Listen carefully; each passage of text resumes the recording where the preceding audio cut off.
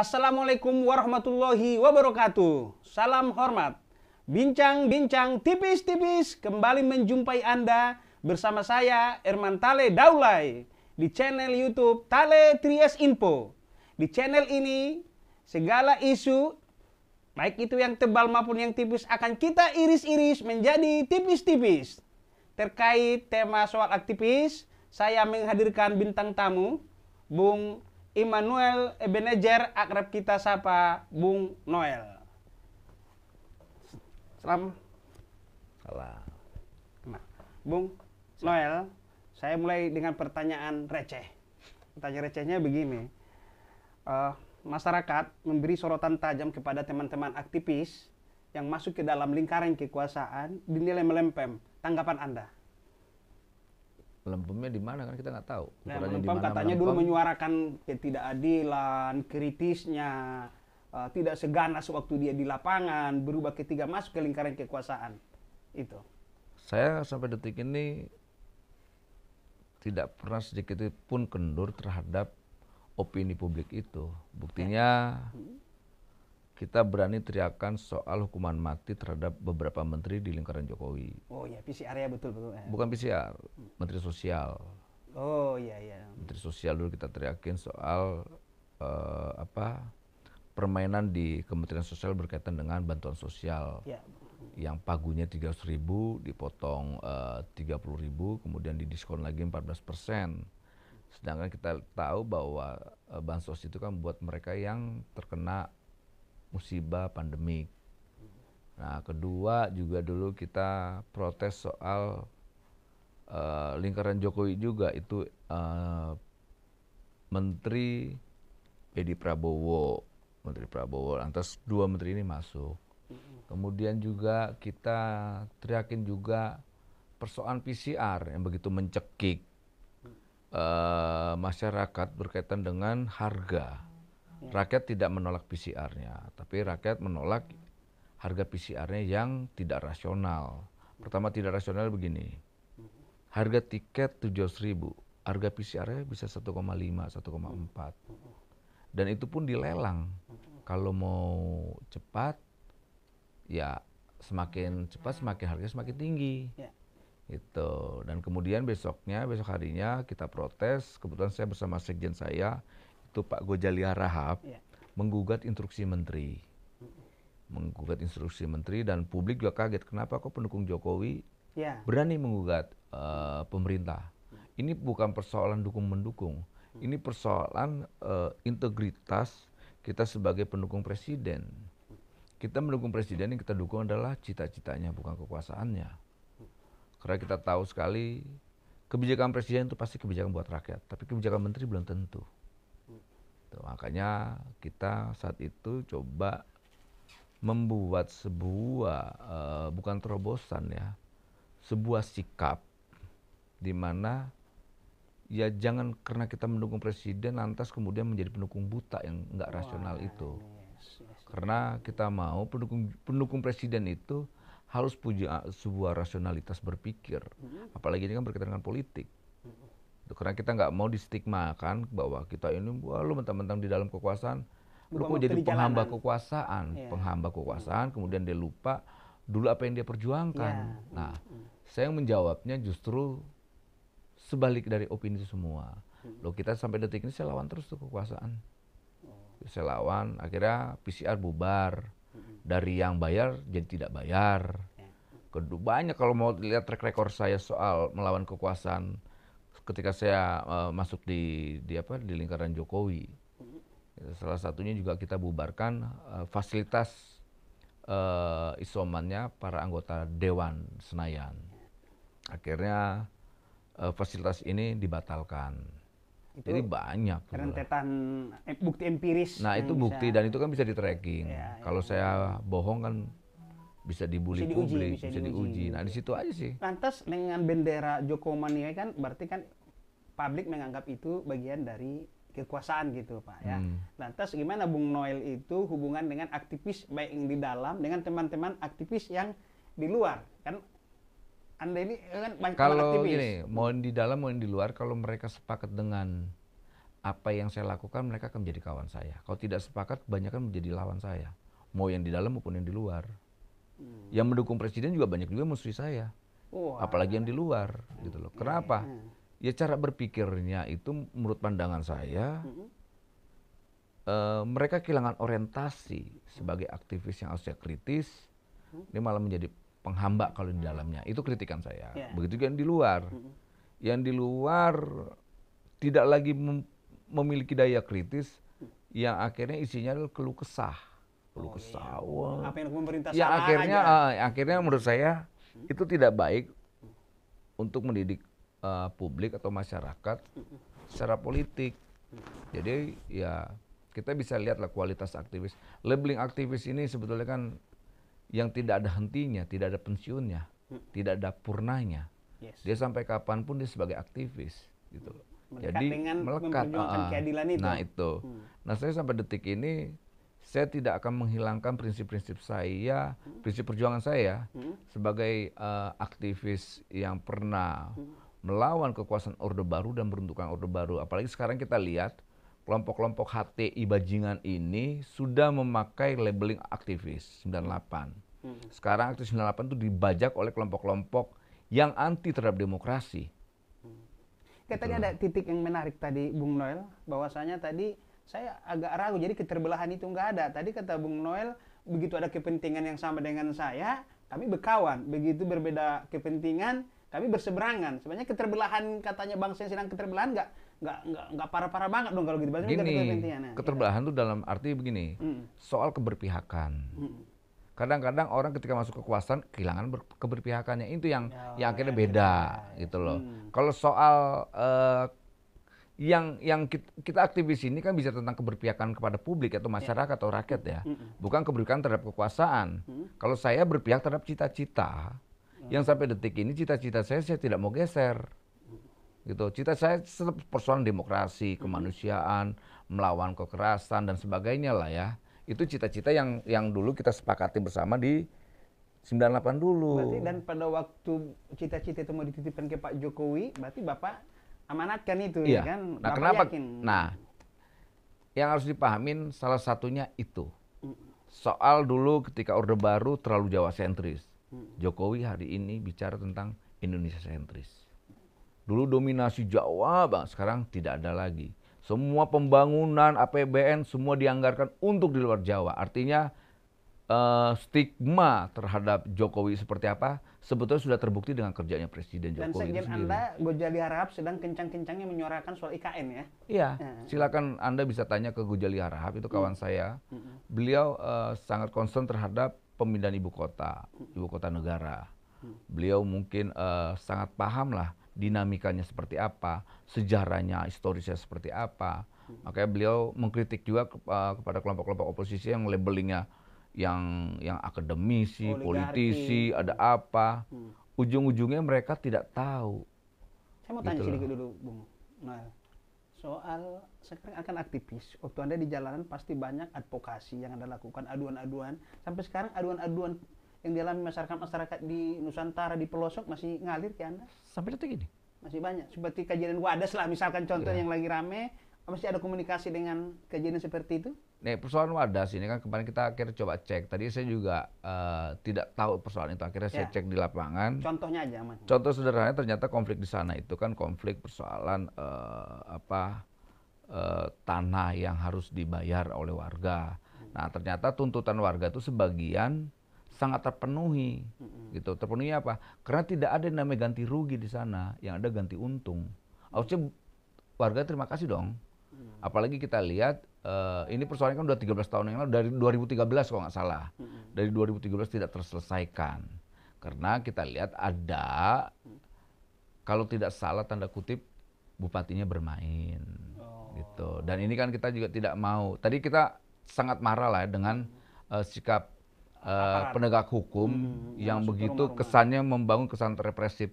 Ternyata kita cek lagi ke bawah, ya harus ada apa, negara harus hadir dalam penyelesaian ini.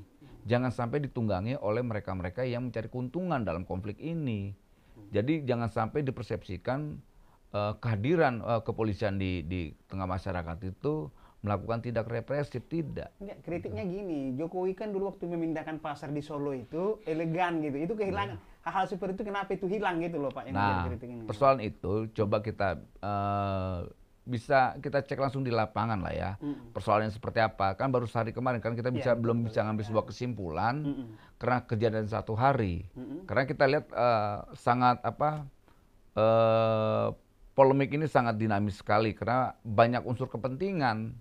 Karena di sisi lain kan ada persoalan kepentingan negara bahwa itu kan ada yang namanya proyek strategi nasional. Itu berkaitan dengan waduk, waduk waduk bener itu.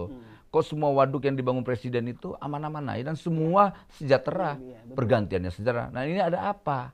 Nah problemnya tanyakan jangan ke saya atau ke saya, tanyakan ke bupatinya ada apa. Kok gubernur juga nggak masalah, presiden juga nggak masalah, dan semua untung. Ada apa di balik ini semua, gitu loh. Gitu. Kemudian, tapi dari daerah lain pun adun-adun ini masih ngalir ke... Oh ngalir. Dari kasus yang model kayak gimana masih kita tampung. Masalah sosial, anak sekarang generasi narkoba, itu masih Anda pusat perhatian nggak sama? Masih. Karena narkoba ini kan bisa menghantam siapa saja kelak generasi bangsa ini. Masih. Dan melibatkan beberapa institusi gitu gimana? Dan itu lebih rawan, menurut kita lebih bahaya. Karena penyusupan narkoba ini melebihi dari penyusupan ideologi. Gitu, lebih parah. Karena dia masuk kepada instrumen-instrumen negara. Dan menjadi pusat perhatian Anda ke depan ini soal... sangat kita perhatikan. Kita tidak terlalu concern di situ, tapi kita peduli lah terhadap persoalan itu ya. Kita tidak tutup mata persoalan peredaran narkoba yang melibatkan para penegak hukum. Melibatkan penegak hukum, ingat. Gitu. Ini bahaya ya. Nah itu bahayanya. Nah saya rasa ini kan mafia gila semua ini. Apalagi kalau mereka sudah dirasuki narkoba, mereka nggak lupa lagi tentang dia sebagai penegak hukum atau pejabat negara atau apa, udah nggak peduli. Karena mereka sudah dirasuki oleh narkotika itu sendiri. Jadi nasib Anda sebagai aktivis ini tanda kutip kasihan betul Bung Noel. Di satu sisi di kekuasaan pun Anda tanda kutip dimusuhi, di oposisi pun aktivis dimusuhi ya kan? Nggak. Kalau orang masuk kekuasaan kan intinya kenyang gitu ya kan? Ini di dalam juga teriak tadi di jantung kekuasaan, di partai penguasa pun kencang suaranya gitu. Dan harus diperhatikan saya ini komisaris utama di BUMN. Pertama itu saya penyelenggara negara. Jadi tugas saya bukan menghibur kekuasaan, tugas saya juga bukan menghibur oposisi. Oh, dapat judul gitu. Saya, jadi bukan menghibur kekuasaan, bukan menghibur oposisi ya. Aduh. Gitu. Tugas sejarah kita adalah sebagai aktivis, bagaimana mampu mengawal cita-cita kita yang dulu.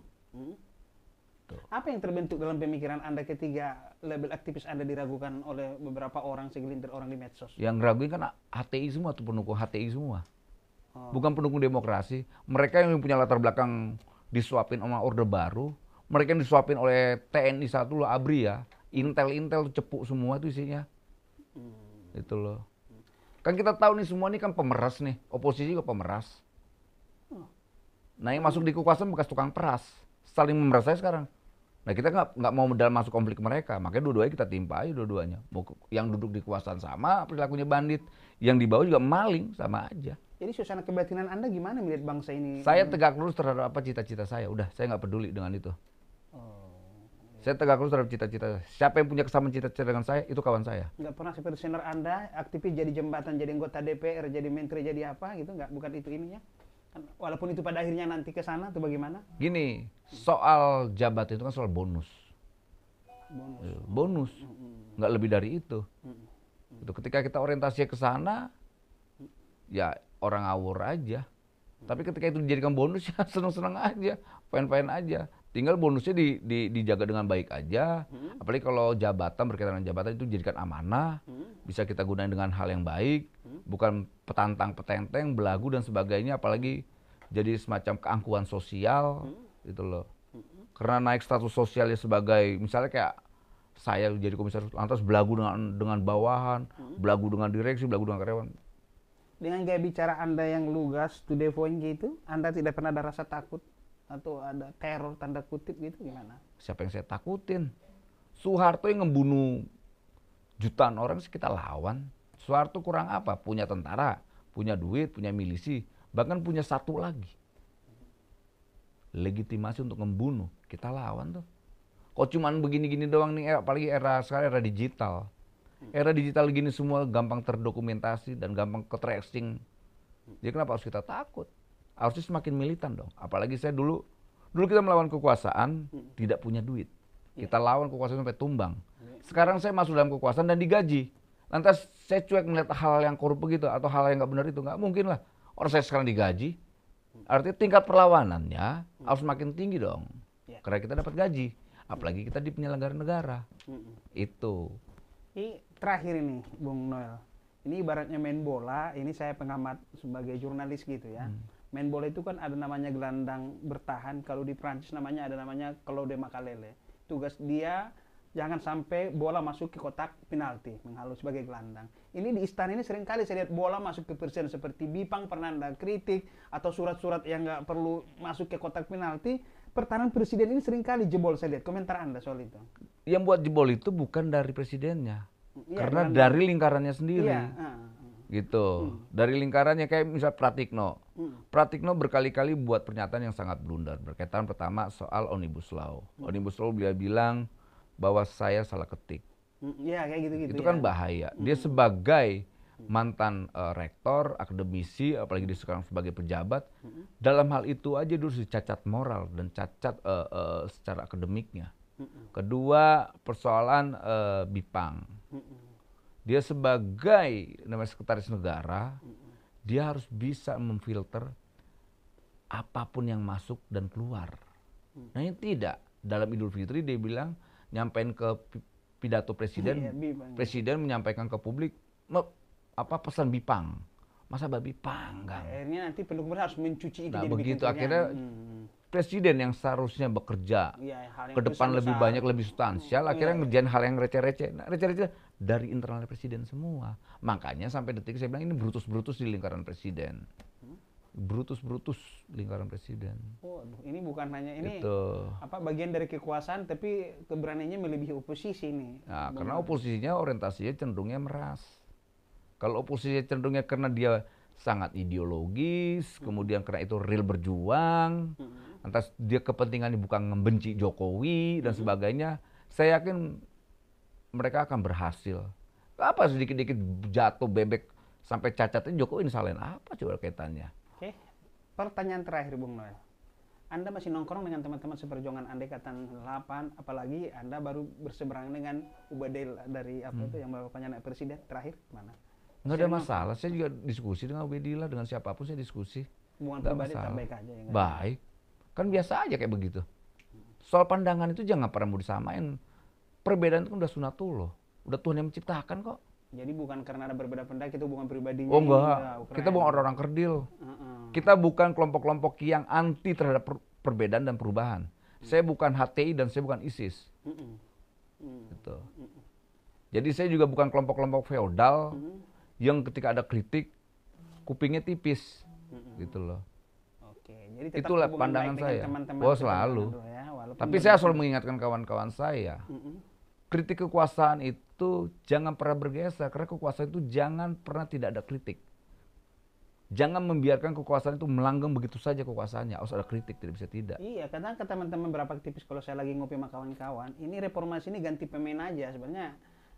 Kelakuan apa yang dilakukan oleh Orde Baru tersaji di saat ini. Karena perilakunya, yang perilakunya itu dan aktor yang sekarang ini kita berhadapan dengan kekuasaan Jokowi ini, aktor-aktornya itu dulu Orde Baru semua, karena kita tahu semua orang-orangnya. Karena saya tahu masih hafal muka-mukanya, fisiknya masih hafal, orangnya masih hafal, dan kemana mereka pergi kita masih hafal kok. Gitu. Dulu yang mereka teriak-teriakin kita PKI.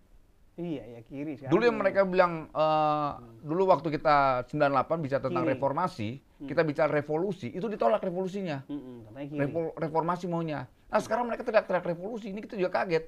Dan itu fakta sejarah loh. Jadi, itu.